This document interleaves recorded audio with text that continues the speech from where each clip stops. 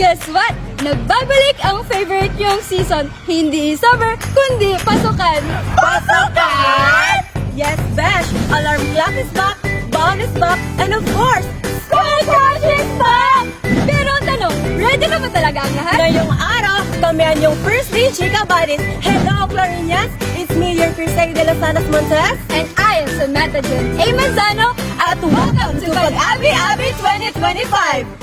Learners, know that you are important. Okay, very important part of this school family. This year, we will embrace more challenges.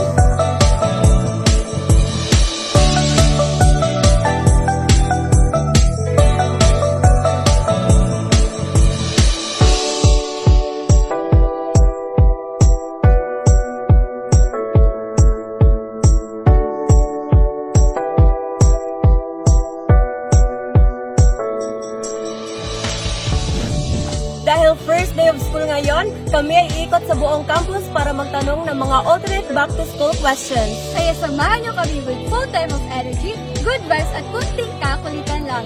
Alin na! Hello ate, so ang tanong ko po ay, kamusta po ang first day of school niyo sa Clarence Pimentel National High School?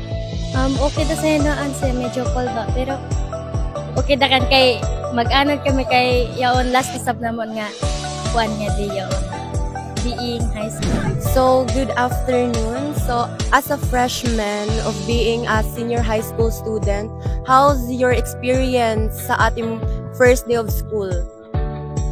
My experience right now in freshman as a senior high school, I've experienced some adjusting, especially kay may mga kuan yan for 4 years lahi na to mga subject, tapos lahi na sa senior high. Yes, needed some mga adjustments. For me, my experience is masaya dahil kasama ko pa rin ang aking mga kaibigan noon. At may halong lungkot dahil may iba na lumipat ng paaralan. Pero kakayanin pa rin. So hello po, so as a transferee, ano po ang mga expectation mo sa paaralan natin or ano ang mga inaabangan mong mga activity? Ang inaabangan ko pong activities dito sa school is foundation day kung meron din po. Tas ano po, mga ganap din po, gusto ko din pong sumali ng DLC, ng dance group kung makakapasok. Hello mga baby! So, as a grade 7 student pa sa kamo, so first question for you, B. So, ano una mong napansin bago pumasok sa school natin? Ang una ko pong napansin ay masyadong maraming estudyante at yung energy dito, maraming energy. Yun lang po. Good afternoon, mga langga. So, as a freshman, ano yung yagustuhan niya sa Clarence Pimentel National High School? Ang nagustuhan ko sa Clarence Pimentel National High School ay sobrang ganda at ang linis ng paligid. So, ikaw, B, as a grade 7 student, ano ang expectation mo for your high school life?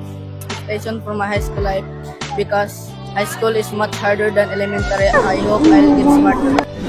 So, as a may iyo na ba yahanap na mga friends or mga crushes nga di sa campus? Yes. So, hi, Press. So, from 1 to 10, paano mo i-rate yung first day of school mo at bakit? Actually, it is 10 out of 10. Although it is a little bit nervous because this is my first time being the president of this school, and happy because we get to see some new faces and also the familiar faces.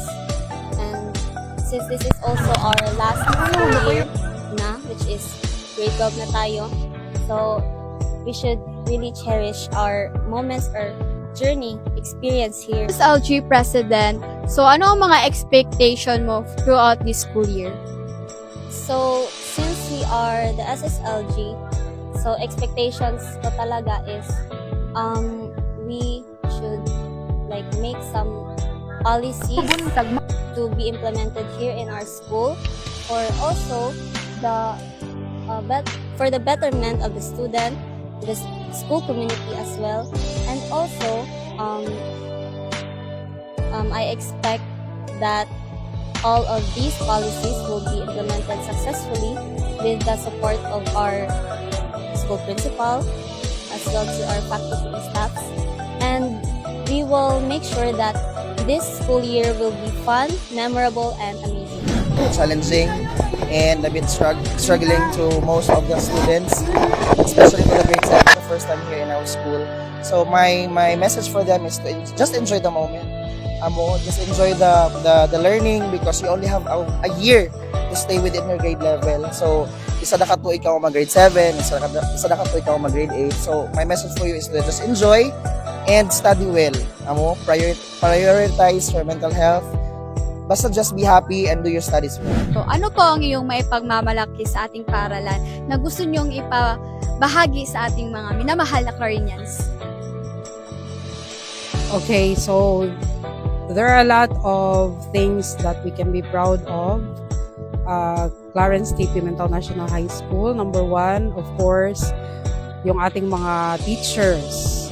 Okay, so we have teachers who are brilliant and dedicated when it comes to their profession. And then we also have the support of our stakeholders and our SPTA officers. And of course, we also have the support of the community. And then we also have to be proud of our school being provider of learning sa mga estudyante. And then we also provide a good learning environment for everyone dito sa CTPNHS. And then so far, these are the things that we are proud, not only me, about our school. So meron tayong mga facilities, although not really complete, but at least we have the basics. So yun lang. So, for the last question, ma'am, so ano po ang inyong inspirasyon bilang pinuno ng ating paaralan? Okay, some of the things that inspires me being the school head are our number 1, yung student achievement. So, in many contests in the previous school year, marami tayong mga students who won, not just in the municipal level, but also in the division level, and even in the higher level of competitions. And we are looking forward for more winnings this school year. And then another one is also our the presence and the support of our parents, our stakeholders. So kasi these are very important, and without their support, mahirap kasi. So that will add to our stress talaga pag yung mga stakeholders ay hindi supportive. But when they are very supportive, that will inspire us more to do more things para sa school, sa mga estudyante.